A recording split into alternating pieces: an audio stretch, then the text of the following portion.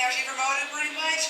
And she seemed like someone that was very credible. Like I always saw her using the same products. So I was like, let me just go try. I've never heard of this brand, nothing. Their packaging is so basic, like simple. It's like no cutesy colors, no fun ingredients, no crazy fragrance. It's like true skincare. So I was like, you know what? Let me give it a try. The moment I started using those products consistently, my skin transformed. And it's crazy because I actually have like on YouTube, if you type in Curly Chris Dermalogica, the videos will pop up of me explaining to you guys how pivotal. I literally said, this is not sponsored, but Dermalogica, if you want to sponsor me, please do. And last year, I landed a long-term partnership. At that point, it was my biggest partnership ever with Dermalogica. So my biggest partnership ever, and it just so happened to be with this brand. So like, that was already crazy. So to be on a brand trip with this brand is bananas, okay? Insane for me, and this is one that like actually makes sense for my audience, my journey, my channel. So like, that's also why this whole moment is like full circle. It's literally full circle, y'all. And I was just saying earlier too, I think I was just like making a TikTok probably, but I was just saying how so many people have a fear when it comes to creating their content. And I understand why, because it is very daunting, taunting and like very scary to put yourself out there when it comes to creating content. But when I tell you, you just have to do it. You have to do it. Like, I look so crazy talking to myself right now in this reflection that I'm just now noticing. I know this looks insane on camera. Like, I know y'all are thinking I'm insane. But that's literally the BTS of this. Like, you are talking to yourself. You may feel a little stupid. Like, you may feel like you're being clumsy or, you know, like embarrassing, and especially when you post it, girl, and now your friends see what you've been up to, your friends see that you're making YouTube videos, and I had some of my friends told me, girl, what you making YouTube videos for? That's so crazy. Even my close friends, and also relatives, when I started posting on YouTube, were just like, are you for real about this? Like, why are you doing this? This is so embarrassing.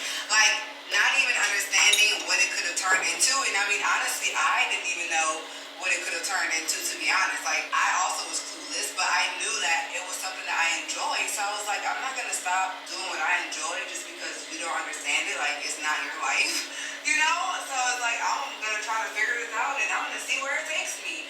Not even knowing that it could take me somewhere, you know? I was just having fun, literally. So it's like, number one, you have to be passionate about this career. You have to actually enjoy what you do. If you don't, and if you're only in it for the money, you'll never last. And number two, do not be fearful to put yourself out there. This is your life, okay? This is your life. If you want something out of this life, y'all, like, just let this moment right here show you that you actually have to go get it, and you have to be loud about it.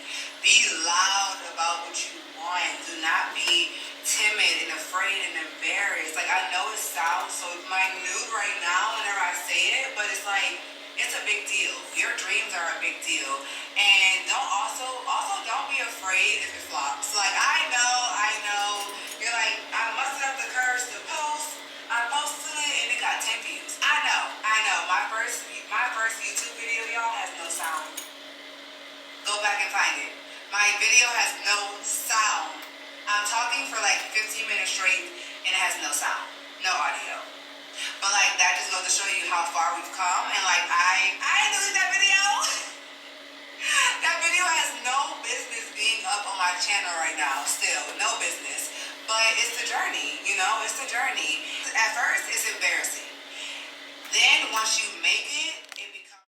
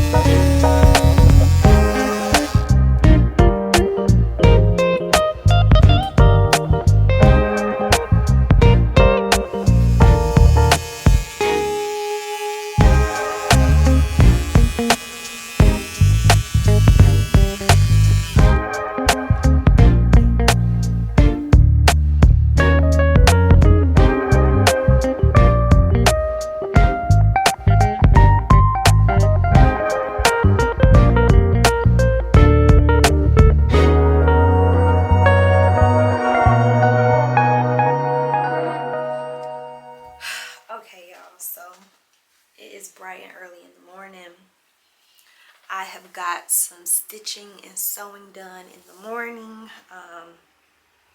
It's one way that I like to kind of fill my cup before the day starts. I'm starting this new thing where I just wake up and I either work out or I sew first thing in the morning, so that way I can just start my day doing something that makes me feel good. And sewing something for myself is currently what is making me feel good. And I've already had about an hour and a half of stitching for the morning. I told myself I would either start my morning, especially if it's like I start my day at 6 a.m., 7 a.m. Anyways, I started stitching up this dress and I've already gotten to a good place with this dress. This dress doesn't even require a lot of steps. It doesn't have a lot of pieces and I am already in love with it. This is one of those projects where it's like, it's not even fully done yet, but I'm just really loving. Hold on, y'all, this is a bad angle. I look a little rusty and crusty, but it is bright and early in the morning, okay? But it's not even fully together and I am so excited, mainly because when I first got this dress, I knew that whatever I stitched up in this fabric, it was going to be all about the fabric. Like, it's not about me. The moment is the fabric. So you really needed a simple silhouette that could showcase the fabric. So it's like the fabric paired with my figure and just the style and the stretch and everything about it. Y'all, listen, when I am done with this, just wait, just wait, just wait, wait till this is fully done. This dress is going to be everything. I'm literally like halfway through it. I've already stitched the sides up. I put a little bit of bias tape on one armhole. Only thing that's left for this is to put bias tape on the other side, add the top band piece and a hem, and baby, we have us a dress. So unfortunately, I have a few prospective calls today with some potential clients. I have to get my day started. I have to get ready for the day, so I cannot finish this project, but this is something that I'm going to look forward to the evening, just completing this. But I'm happy I got my day started with this, so I'm going to put this to the side until later on and come back and check in with you all and show you all the rest of this. And then at some point, just because the way this dress is, I have to give it a full video shoot, photo shoot, so that way you can really see how this dress came together. So I'm going to stop yapping and just finish getting my life and my day together. So I'll check back in with you all later on at some point when I'm able to finish this up. Right? It still feels a little general to me. Just like trends and leadership and innovation. It's too general, you know? So I would encourage you to think about where you're most likely to have customers and niche down. Is it consumer? Is it B2B? Is it a certain revenue level? You know, is it companies under 200 employees? Like, I would encourage you to think about that a little bit more and be more specific. And then you can go from there, but niching down will get you probably more traction. Okay. No, that's great. I have a really good thing about it. I think maybe one of the challenges, I think it's a blessing too, is because I've worked in so many different industries. Yes. It's not like I'm saying, hey, I just want to focus on tech companies, you know, but I bring a wealth of experience working in consumer packaged goods and electronics and things of that nature. So I didn't want to put myself too much in a niche, but maybe I do. Well, if you want to go the route of, I know a lot about a lot of industries, then your niche would have to be but I solve this problem, regardless of the industry. So you can go either way. You could say, I'm going to niche down on these industries, and I'm a generalist, but for healthcare, right? Or you say, I solve this specific problem at every company. I don't care what your company does, because it's the same flow. You know, what's your brand statement? What's your corporate marketing plan? What's your lead funnel? I drive business to your business by helping you solve these problems. I've got a 5-step system, and we run everything through this 5-step system, and that's what I do. And then I maintain it. Exactly. What do you think about that? No, I like that.